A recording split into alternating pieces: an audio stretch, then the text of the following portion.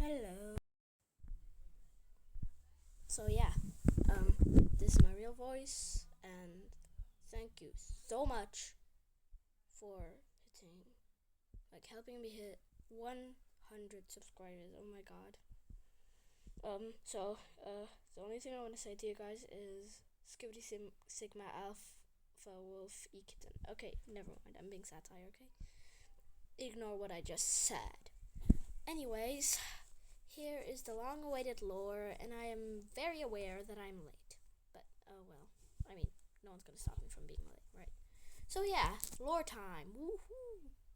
So, this has mentions of death,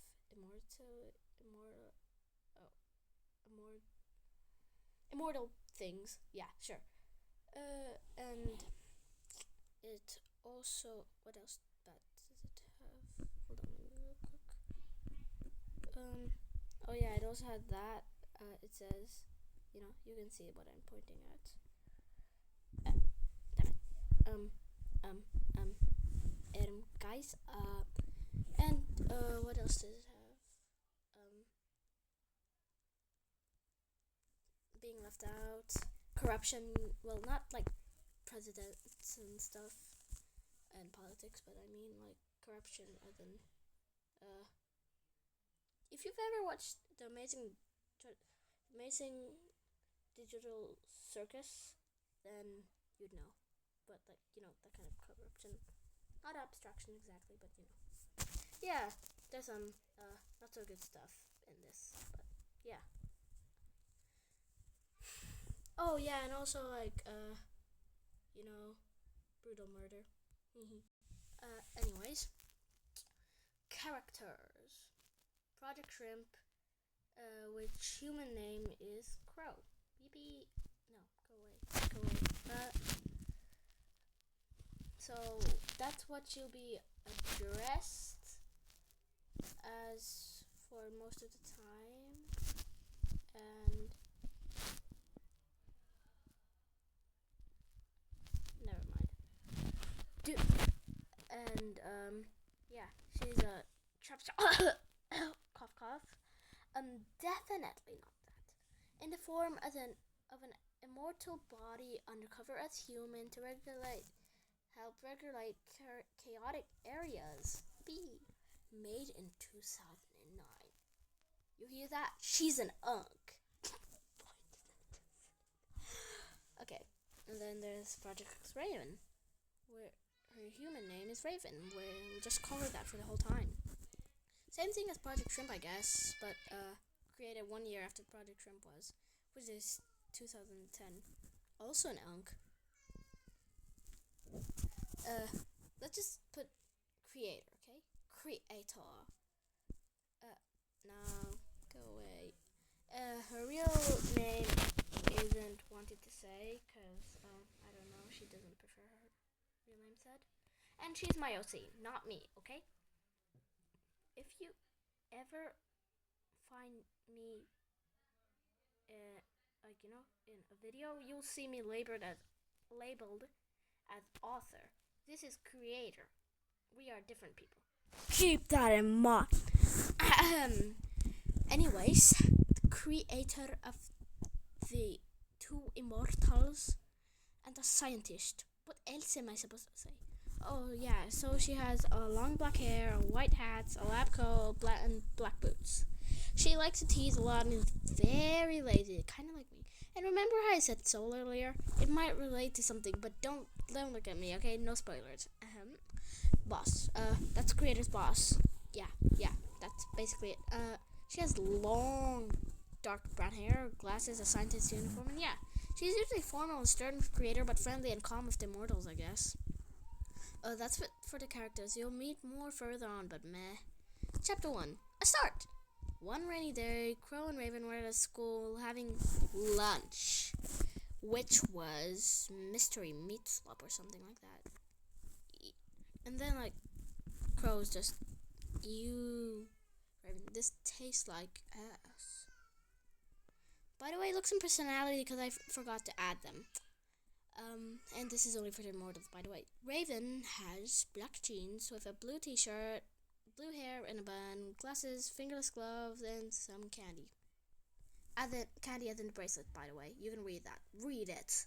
Read it. Read it. Yippee. Hold on. Yeah. Wait. What's that there? Yeah. By the way, her blue hair is very dark blue hair. Same with the t-shirt. Her personality is calm, cool, and a bit tomboyish. And then Crow. A black t-shirt. She wears a black t-shirt with white sleeved shirt under it, pinkish red hair, and blue jeans. Wait, what? Why is it blue? No, black.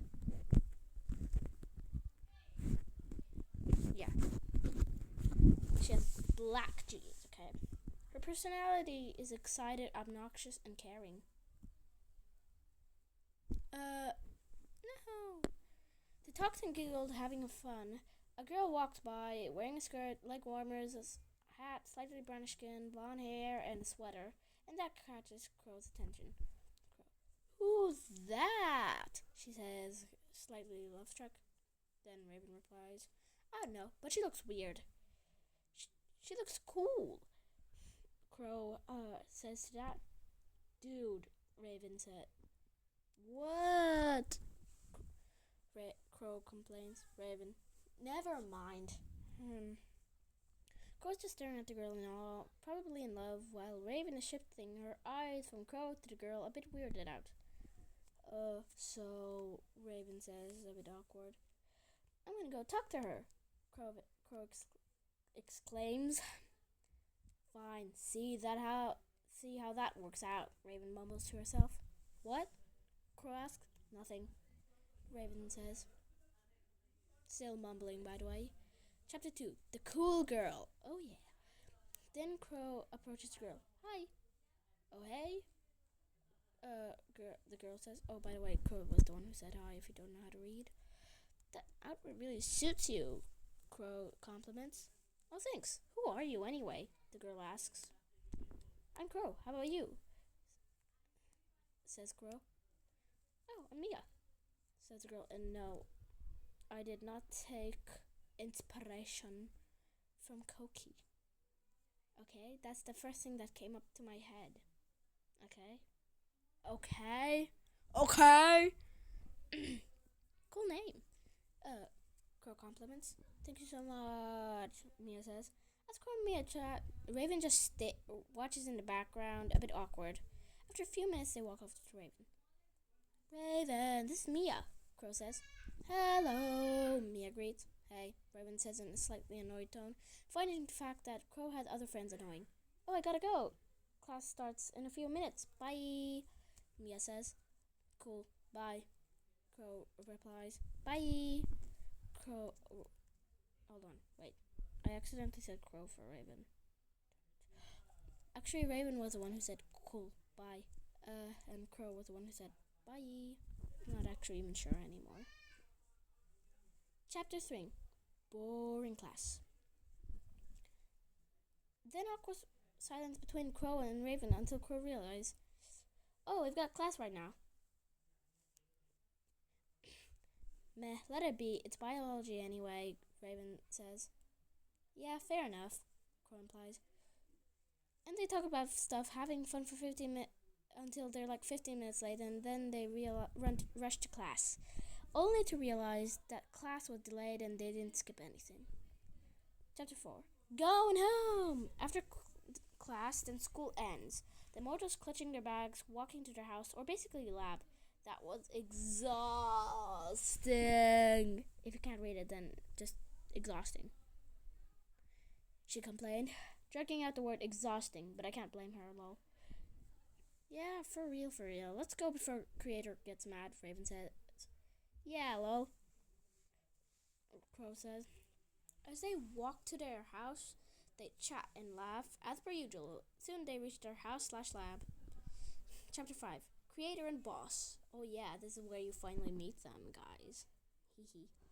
When they reach their house/lab, they open the door, and yes, they live in the lab. Their experiments after.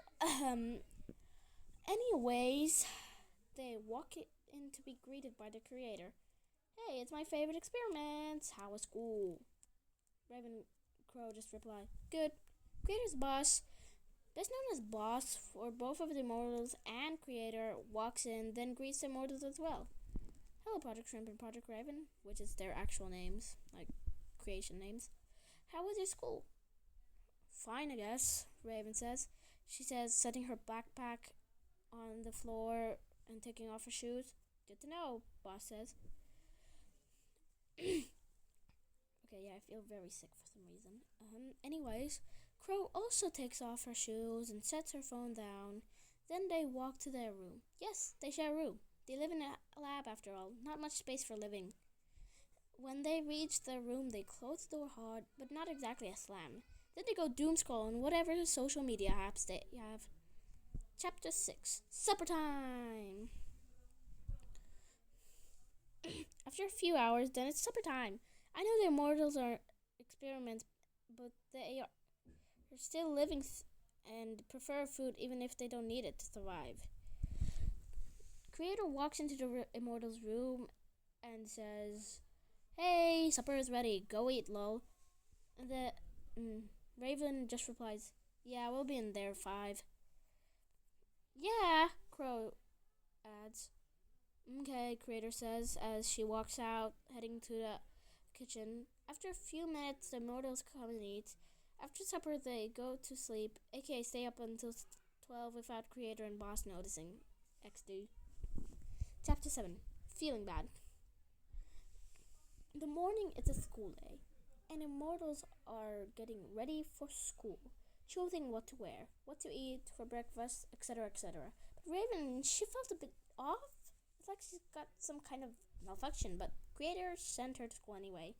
It's not like Raven had the capability to feel sick, or did she? Chapter 8, The Toxic but Friendly Friend. Okay, the chapter is very long, by the way, so, yeah. The mortals are at school, even though Raven didn't feel so good and isn't getting any better. But Raven can't see the nerves, because then he'd know that Raven's an immortal, and that would end well. You see, the reason why nobody knows Raven and Crow are immortals is because, well, it's just easier that way. The immortals are at recess right now, talking. Then Raven remembers. Remember that one time when that guy tried to flirt with me? Yeah, that was hilarious, Crow replies. And embarrassing, Raven adds. Exactly, Crow confirms. Lol, Raven says.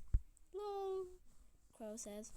Then Mia walks over and greets them. Hi, she says. Hi-oh, Crow says. Sup, Raven says. What's going on? Mia asks. We're talking, Crow answers. Cool. You sure want to talk to her, Mia says, as she gestures to Raven. Excuse me, Raven says. She says, a bit annoyed and frustrated. What do you mean? We're siblings. Crow says, well, they were created by the same creators, so... Yeah, but you two always talk. Can't you spend some time with me as well? Mia says. Raven just keeps silent, staring and glaring at Crow. Mia. Why would she do that to Crow, though? Crow, hesitates. Please, Mia says. Well, okay, I guess, Crow says, a bit hesitantly. I think I'm forgetting how to speak or something. You don't have to if you don't wanna, Raven says. No, it's okay. I'll be with her for recess. You don't mind, right? Crow says. Huh? Yeah, I don't mind.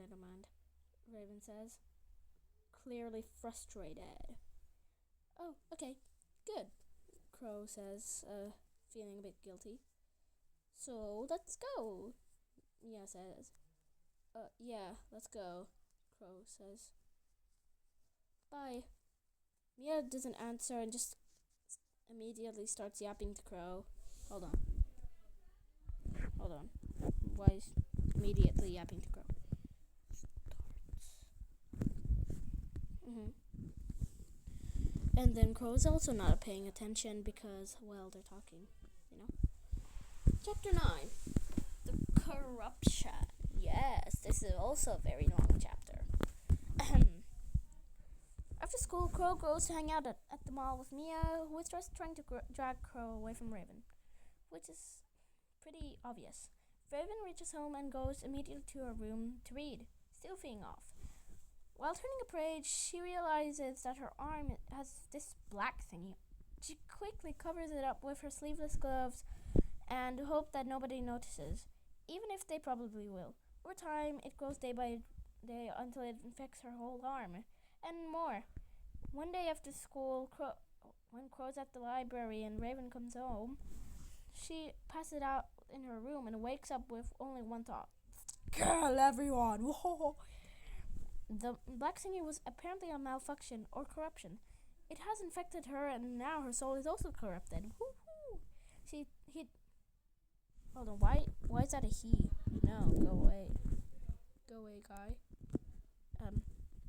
She takes a look at her hands, and one of them is completely black and has these weird claws. She quickly goes to the mirror in her room, and half of her face is also covered with the thing. One eye red and the other her eye color. She walks out of her room to tell Creator, but then the corruption takes over her body and controls everything except her mind. And she immediately uppercuts one of the scientists, and they knock out cold. You can probably feel the grin I have when I said knock out cold, but meh. She feels a weird wash of power and keeps doing the same until two people are left alive. Chapter 10. Last two victims. No. The load. Okay, yeah. The last two victims. Vivian grins, looking at the two. They were Creator and Boss. Oh yeah. Well, you two twerps are the last ones left, eh? She says, a glitch in her voice making it a bit unclear and gruffish. What? Project is Raven. What has happened to you? Creator asks. You're not gonna kill us, Boss says. Aw, are you too scared? Don't worry, when you die, you can't feel, she says, putting her hand into fist. Why did I say putting her hand into fist? Oh, cares? But Creator stammers, silence, mortal. I know what you did to us. I remember it all, Raven says. We did that for the greater, for the world. Boss says. Well, I don't give a damn about the world, Raven said. Chapter 11. The past is the past. Oh yeah. In case you are wondering, here's what Creator did to Raven and Crow. A long time ago, Crow was a normal mortal, living her life until her parents died in an accident. Creator adopted her and loved her dearly. When Creator became a scientist, she was forced against her own will to experiment with Crow, making her immortal. She didn't want Crow to remember anything related to the incident and did this. Did surgery on her, kidnapping her soul. She had a code on it and made it so that it only focused on the future and its well-being. Then she put the soul in a lifeless body she had created earlier. She stitched the body together and Crow woke up, not knowing anything of the past. A year later, Raven's family had a similar accident and the same thing happened to her, except that while adding and removing stuff from her soul, there came an error that had a chance of corrupting her soul, which it did. She just gained memories of everything Creator had done to her when the corruption took over. Creator had no idea about the risk, and Raven now remembers. She remembers!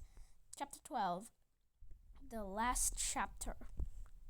After a few minutes, Creator's body was found dead and Boss was unconscious but alive. Both bodies were killed brutally.